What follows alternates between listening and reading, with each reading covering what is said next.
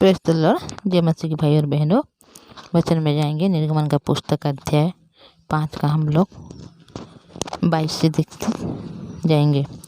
देखिए, लिखा गया है कि तब मूसा ने यहोवा के पास लौट कर कहा, हे प्रभु, तूने इस प्रजा के साथ ऐसी बुराई क्यों की और तूने मुझे यहाँ क्यों भेजा?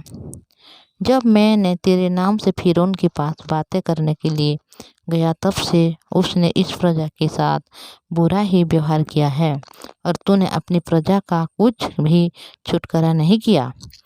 हम देखेंगे भाई और बहनों कि किस प्रकार परमेश्वर ने मूसा को भेजा था ताकि वह जाके क्या करें, फिरौन राजा के साथ बातचीत करें। और उन लोग जाके 3 दिन के मार्ग में जाएंगे और एक जो जगह है वहाँ पे जाके क्या करेंगे, परमेश्वर के नाम का बलिदान को चढ़ाएंगे।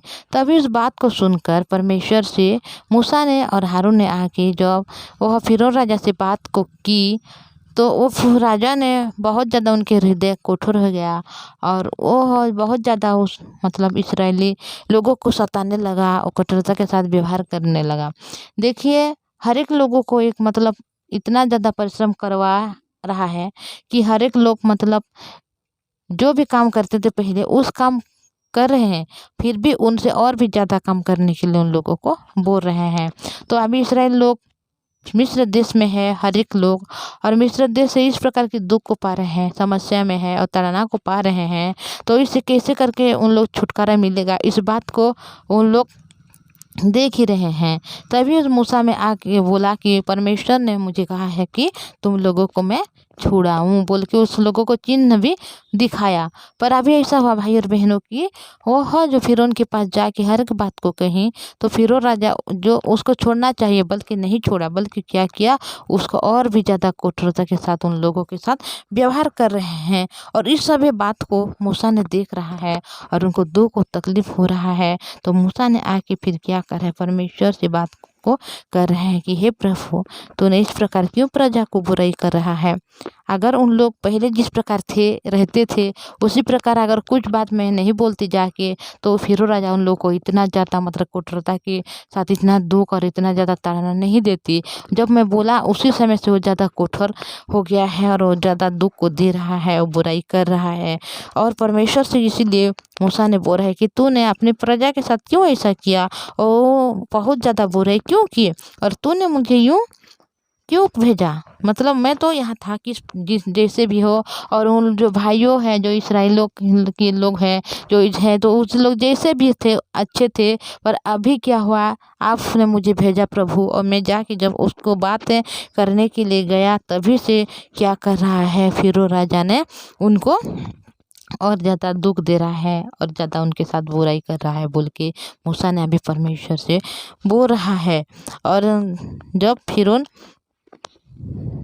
तेरे नाम से फिरौन के पास बातें करने के लिए गया, तब से वह ज़्यादा बुरा कर ही रहा है और तूने अपनी प्रजा को कुछ भी छुटकारा नहीं किया। तो अभी जो राजा इसी प्रकार बुराई को कर रहा है, ताड़ना को दे रहा है, दुख को दे रहा है प्रभु, और तू क्यों इतना बुराई की, तू क्यों मुझे उस जगह में भेजा? अगर तू नहीं भेजता तो उन लोगों इतना दुख नहीं पाते, उन लोग इतना कष्ट को नहीं पाते, उतना ज़्यादा उनके साथ बुरा नहीं होता, पर तूने ये बुराई की है, बोल के अभी मूसा ने परमेश्वर यहोवा से बात कर रहे हैं।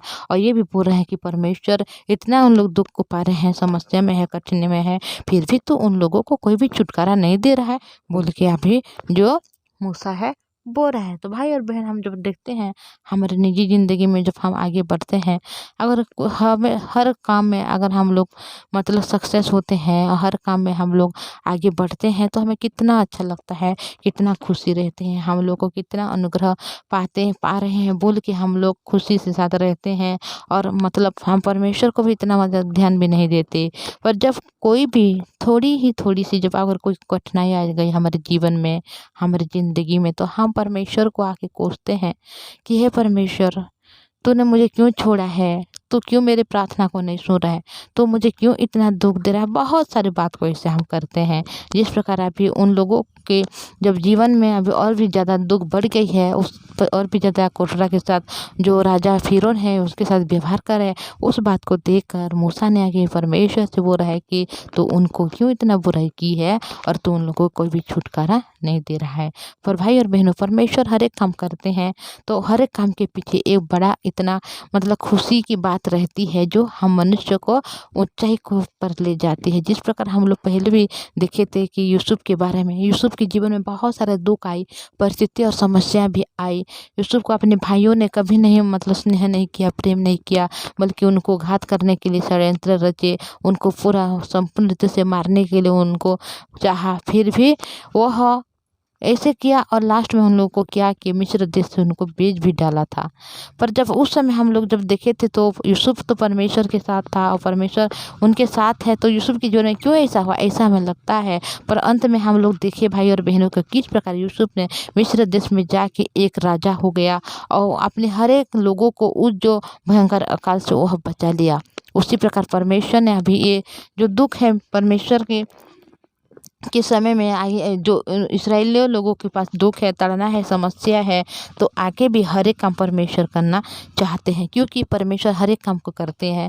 और छोटी छोटी जो समस्या आती है हमारे भी जीवन में, तो उस समस्या से हम ना डरें, ना घबराएं, क्योंकि परमेश्वर हमें बहुत बड़ा अनुग्रह देने चाहता है और बहुत बड़ा आशीष देना चाहता है। इस वजह से हमें छोटी सी सच्ची समस्या दे रहे हैं, क्योंकि हम मनुष्य हैं भाई और बहनों, कभी भी हम समस्या से नहीं लड़ सकते, कभी परिस्थिति से हम जीत नहीं सकते। सिर्फ हम चिंता करेंगे और सिर्फ हम दुखी होंगे, पर हम उस परिस्थिति से कभी नहीं निकल सकते। पर इस छोटी सी अगर परिस्थिति से हम निकल नहीं सकते तो बड़ी समस्या से कैसे निकलेंगे। इसीलिए परमेश्वर छोटी जो समस्या को दिया है, तो उस समस्या को हम केवल वचन के द्वारा वहाँ से निकल सकते हैं। और परमेश्वर चाहता है कि हम मनुष्य कभी भी उस समस्या से ना गिरे जो छोटी सी समस्या है, बल्कि हर एक समस्या से अपनी सोच को छोड़ते हुए, अपनी चिंता को छोड़ते हुए, अपनी परिस्थिति को ना देखते हुए केवल वचन को देखें, क्योंकि परमेश्वर अंत में हमारे लिए सब कुछ को रखा है। अंत में परमेश्वर हमारे लिए उस उद्धार को, उस अनंत जीवन को रखा है जो हम कभी नहीं मरने वाले, जो हम कभी भी कोई भी दुख नहीं होगी उस समय, कोई भी ताड़ना, कोई भी समस्या नहीं होगी उस समय, बल आनंद ही आनंद होगा। परमेश्वर चाहता है कि हर एक मनुष्य क्या करें, उस अनंत जीवन को पाएं, उस शांति, उस आनंद को पाएं कि अंत के दिनों में जो उनके लिए रखा हुआ है। तो भाई और बहन में ये दुख ज़्यादा बड़ा दुख नहीं है, ये समस्या ज़्यादा बड़ा समस्या नहीं है, क्योंकि परमेश्वर हमारे साथ है। परमेश्वर हमें कभी नहीं छोड़ेंगे, क्योंकि वचन में ऐसा भी लिखा है कि धार्मिक लोग जो परमेश्वर पर भरोसा करते हैं, विश्वास करते हैं, परमेश्वर के लहू को जो ग्रहण किया है, वो भी जितना भी बार गिरे वो कभी भी नहीं गिरेगा, बल्कि हर एक टाइम वो उठ सकता है, क्योंकि उठाने वाला वो नहीं बल्कि उनके साथ जो परमेश्वर है हमेशा उसको उठाता है।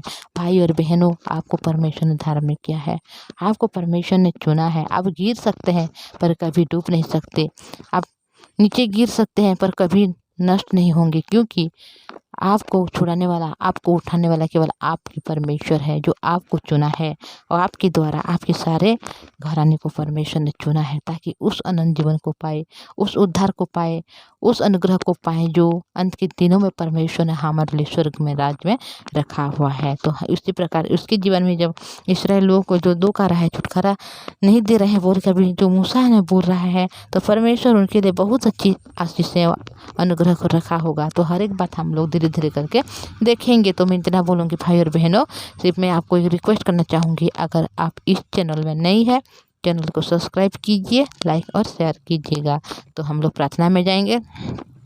पवित्र परमेश्वर पिता जी, धन्यवाद, करुणामयी प्रभु, आपकी दया करुणा है प्रभु कि आज आपने संभाला और जीवित रखा प्रभु जी, आपके अनुग्रह पिता जो हमारे जीवन में है, इसी वजह से हम जितना भी गिर रहे हैं प्रभु, हमेशा हम उठ रहे हैं, क्योंकि आप हमारे संग हो प्रभु जी। आपने हमें चुना है प्रभु, ताकि हम भी और लोगों को आपकी पवित्र वचन को सिखाने वाले बने, बताने वाले बने, उस अनंत जीवन को जैसे उन लोग पा सकें उसके बारे में हम बताने वाले बने प्रभु जी। पर हम मनुष्य कुछ नहीं कर सकते, हमारे भीतर में कोई भी अच्छी वस्तु बात नहीं करता प्रभु, पर आप ही हो जो हमारे हृदय में रहते हो और हर काम को आप ही करते प्रभु।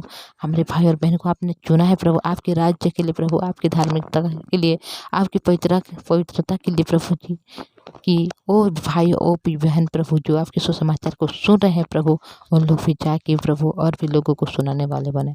आप मूसा की जैसा प्रभु उन लोग को चुना है, ताकि पिता अंधकार में पड़े हुए हर एक जो पापों में डूबे हुए हर एक मनुष्य को उस छुटकारा के पास पहुंचाए जो आपने दिया है प्रभु जी। उस रास्ता को बताएं जो आपने उन लोगों के लिए रखा है प्रभु जी। प्रभु जी आपने उनके हृदय, उनके मन, उनके हृदय में काम कीजिए, ताकि आपके जिस वचन को हमेशा सुनाने वाले बने। हो सकता है हमारे भाई और बहन के जीवन में बहुत सारे ताड़ना है, बहुत विपत्ति है, बहुत दुख है प्रभु, पर आप उन सब से उठाइए और उन सब को संभालिए। प्रभु जी आपने उनको चुना है प्रभु, आशीष देना चाहते हैं, इसीलिए आपके पवित्र नाम को धन्यवाद करते हैं और ये विनती यीशु के नाम से मांगते हैं, आमीन। Thank you.